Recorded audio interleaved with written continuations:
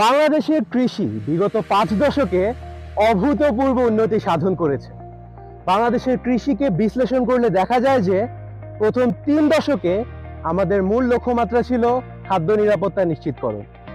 বিগত 2 দশকে আমাদের কৃষি মূলত 3টি শব্দের উপর গুরুত্ব আরোপ করছে: টেকসই, নিরাপদ এবং লাভজনক কৃষি। তার সাথে নতুনভাবে যুক্ত হয়েছে স্মার্ট বাংলাদেশ 2041 রূপকল্প। বাংলাদেশের কৃষি এবং স্মার্ট বাংলাদেশ 2041 রূপকল্পের অর্থনৈতিক বিশ্লেষণে বাংলাদেশ কৃষি বিশ্ববিদ্যালয়ের কৃষি অর্থনৈতিক বিভাগে কাজ করছে এইচসেট। এইচসেট মূলত একটি জাতীয় এবং আন্তর্জাতিক গবেষক দলের সমন্বয়ে গঠিত একটি গবেষণা কেন্দ্র, যা কৃষি প্রযুক্তি ব্যবহারের মাধ্যমে টেকসই, নিরাপদ এবং লাভজনক কৃষির অর্থনৈতিক বিশ্লেষণে কাজ করে যাচ্ছে। এইচসেটের কর্মপরিধি এবং লক্ষ্যমাত্রা সম্পর্কে বিস্তারিতভাবে আলোচনা করতে আমাদের সাথে এখন যুক্ত হয়েছেন এইচসেটের প্রতিষ্ঠাতা পরিচালক এবং বাংলাদেশ কৃষি বিশ্ববিদ্যালয় কৃষি অর্থনীতি বিভাগের সহকারী অধ্যাপক ডক্টর এ.কে.এম. আব্দুল্লাহ আল আমিন।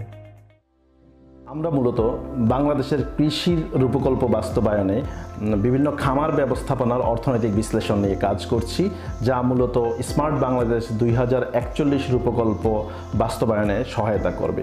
বাংলাদেশের বিভিন্ন খামার ব্যবস্থাপনার অর্থনৈতিক বিশ্লেষণ নিয়ে আলোচনা করার আগে আমরা প্রথমেই বাংলাদেশের বিভিন্ন খামার ব্যবস্থাপনার সমস্যা নিয়ে কথা বলতে চাই।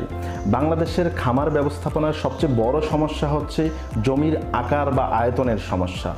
বড়, মাঝারি এবং ক্ষুদ্র আকারের কৃষি জমির আকার বিশ্লেষণে দেখা যায় যে বাংলাদেশের কৃষির আকার খুবই ছোট। বাংলাদেশের খামার ব্যবস্থাপনার আরেকটি বড় সমস্যা হচ্ছে কৃষিকে পেশা হিসাবে নেয়ার সমস্যা। আঞ্চলিক দেশগুলোর সাথে তুলনামূলক বিশ্লেষণে দেখা যায় যে বাংলাদেশে কৃষিকে পেশা হিসাবে গ্রহণ করার হার খুবই কম এবং সেই হার দিন দিন কমে যাচ্ছে। বাংলাদেশের যুব সমাজ কৃষিকে লুক্রেটিভ পেশা হিসাবে নিতে চাচ্ছে না। বাংলাদেশের কৃষির আরেকটা বড় চ্যালেঞ্জ হচ্ছে নিরাপদ খাদ্য উৎপাদন। বাংলাদেশে সার এবং কীটনাশক ব্যবহার ব্যাপক মাত্রায় বেড়েছে। আঞ্চলিক দেশগুলোর সাথে বাংলাদেশের তুলনামূলক বিশ্লেষণে দেখা যায় যে বাংলাদেশে সারের ব্যবহার আঞ্চলিক দেশগুলো থেকে অনেক বেশি। এইসব বিষয়ে আমলে নিয়ে বড়, মাঝারি আকারের কৃষিগুলো খামার ব্যবস্থাপনার পরিবর্তন এনেছে, যাকে আমরা বিভিন্ন নামে ডেকে থাকি। কেউ আমরা যান্ত্রিক কৃষি বলি, কেউ বলছি কৃষি রোবোটিক্স, কেউ বলছি স্মার্ট কৃষি। আসলে মূলত এই নামগুলোর অর্থ হচ্ছে এটা একটা খামার ব্যবস্থাপনার কৌশলগত পরিবর্তন, যাকে আমরা বিভিন্ন নামে ডাকছি। ফর এক্সাম্পল, প্রিসিশন এগ্রিকালচার বলতে এক ধরনের খামার ব্যবস্থাপনা কৌশলকে বোঝায়, যা নিরাপদ খাদ্য উৎপাদনে সাহায্য করে, যা জমির স্থান এবং কালগত যে ভেরিয়েশন সেটাকে আমলে নিয়ে আসে। অর্থাৎ নিরাপদ এবং লাভজনক কৃষির জন্য পৃথিবী বড় এবং মাঝারি আকারের কৃষি এখন প্রিসিশন এগ্রিকালচারের দিকে যাচ্ছে। এখন বাংলাদেশের খামার ব্যবস্থাপনার একটা তুলনামূলক চিত্র তুলে ধরা যাক। আমরা বাংলাদেশের কৃষিকে চিরাচরিত নিয়মে দেখতে পাই যে একটা শ্রমনির্ভর কৃষি ব্যবস্থা। আমাদের কাজ হচ্ছে এই শ্রমনির্ভর কৃষি ব্যবস্থার মাধ্যমে বাংলাদেশের কৃষির যে অর্থনৈতিক বিশ্লেষণ সেটাকে তুলে ধরা। একটা জিনিস মনে রাখতে হবে, শ্রমনির্ভর কৃষিতে উৎপাদনশীলতা কম হয়। এই শ্রমিকের উৎপাদনশীলতা কম হওয়ার কারণে পৃথিবীর বিভিন্ন দেশ শ্রমনির্ভর কৃষি থেকে যান্ত্রিক কৃষিতে গিয়েছে। তার মূল কারণ হচ্ছে যান্ত্রিক কৃষিতে শ্রমিকের উৎপাদনশীলতা অর্থাৎ লেবার প্রোডাক্টিভিটি অনেক বেশি হয়। তারপরে দেখা যাচ্ছে পৃথিবীর বিভিন্ন দেশ এই যান্ত্রিক কৃষি থেকে প্রিসিশন এগ্রিকালচারে গিয়েছে। তার মূল কারণ হচ্ছে প্রিসিশন এগ্রিকালচার জমির উৎপাদনশীলতা এবং শ্রমের উৎপাদনশীলতাকে একসাথে আমলে নিয়েছে।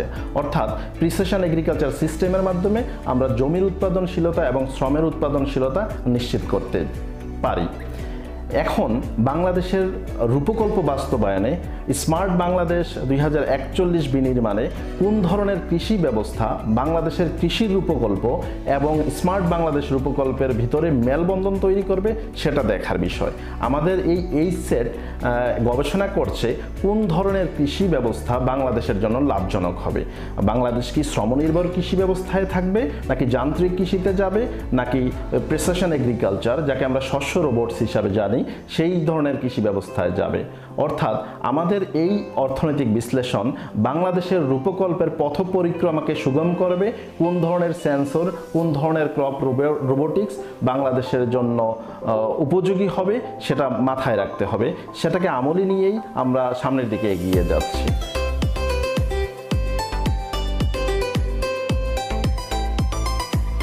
এ পর্যায়ে এইচসেটের গবেষণা সম্পর্কে বিশদভাবে আলোচনা করতে আমাদের সাথে যুক্ত হয়েছেন এইচসেটের দুইজন সদস্য, বৃষ্টি বণিক এবং মোহাম্মদ আরিফ হোসেন।